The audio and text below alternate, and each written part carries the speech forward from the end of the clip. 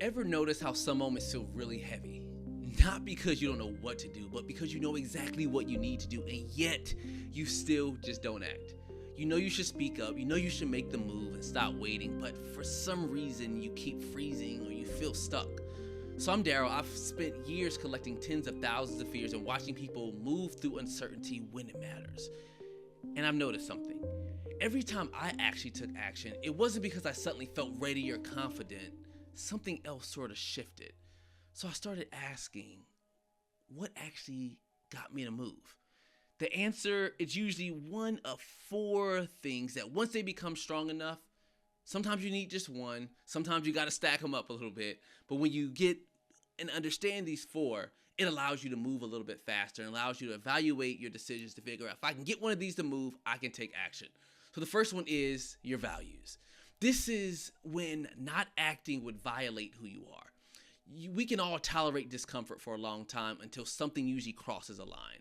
Now, this can range from as you get older, you create lines. Kids can do this for you. Getting married, it could be religion, politics. We all have things that we believe about ourselves that creates these lines and things that we believe that once you've accepted this thing, you won't tolerate something or you won't let someone cross a certain line or you believe certain things. That's the first thing. The second one is cost. Specifically, it's your ability to feel the cost of, here we go, not acting.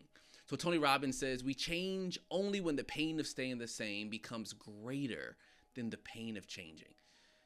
In quicker words, what I usually say is, we usually only make or take action when the pain is too great. So when you can feel that pain, when you can experience what that pain might feel like in some way, it allows us to take action. Because what I find is that when my consequences feel far away, it's easier for me to wait, but when they feel real, you usually move. So deadlines does this for cost. It's a lot like I would say a slow tire leak. So at first things are fine, things are flowing. You notice the warning light and you tell yourself that you'll deal with it later. Like, okay, I'll get to that. Then the morning comes, the tire's flat. Nothing new happened per se, but you just waited long enough for that cost to show up. And now you feel like you have to take action. That's what pushed me, for example, to stop talking about making videos and actually start making them. Not the tire, y'all, but the cost thing. I didn't suddenly feel confident. I just felt that it would cost me in the future if I didn't act, if I didn't push a little bit more with being uncomfortable when talking in front of a camera, even though I talk on stages all the time. So the third one is self-trust. Self-trust is not like confidence or I would say it is confidence, but not like hype confidence. You're not pretending you're fearless. Self-trust is, check this out, is you believing that you'll figure it out and that you'll be okay if you were to take action. What does that mean? You usually don't fear the action. You fear not being able to handle the possible consequences that come from whatever action step you're about to take. And this isn't just based on personality. This is usually built by and earned through reps. So the more reps that you take, the more times you put yourself out there, that self-confidence, that self-belief is usually built. So early on, for example, get invited to speak outside my lane, maybe a different audience, a new industry.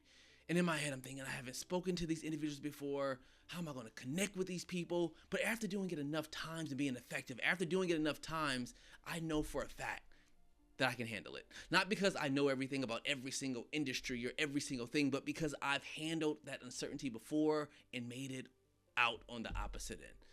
It's sort of like, in a way, your GPS recalculating. You don't need the full route. You just need to trust that you'll adjust as you go.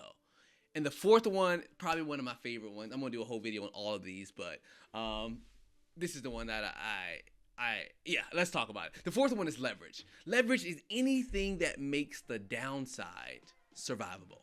This could be having money saved. This could be skills. This could be your reputation, support, options different options that you might have if that thing don't work out. So when I left my job and later on an agency that I felt wasn't serving the future that I wanted to be a part of, I didn't feel fearless. But I had enough leverage to take the risk without being destroyed if it didn't work out. Why? Because I put in so much good work over the years. Why did I have leverage when I quit my job? Because I saved up like $20,000. So I knew I would be okay. People love to say, this is a funny one, not even a funny one, it's a regular. People love to say, burn the boats, burn the boats. And that's easy when you are only responsible for yourself. But when you're supporting a family, leverage doesn't make you weak. It makes action possible. So that leverage helps. And here's the part that most people forget, or that most people miss. It's not about having all four. It's about having enough. It's not about having all four. It's about having enough. So when you freeze, you don't need more motivation. You need to identify what is that missing piece. The real question isn't why am I afraid? It's which one of these isn't strong enough yet.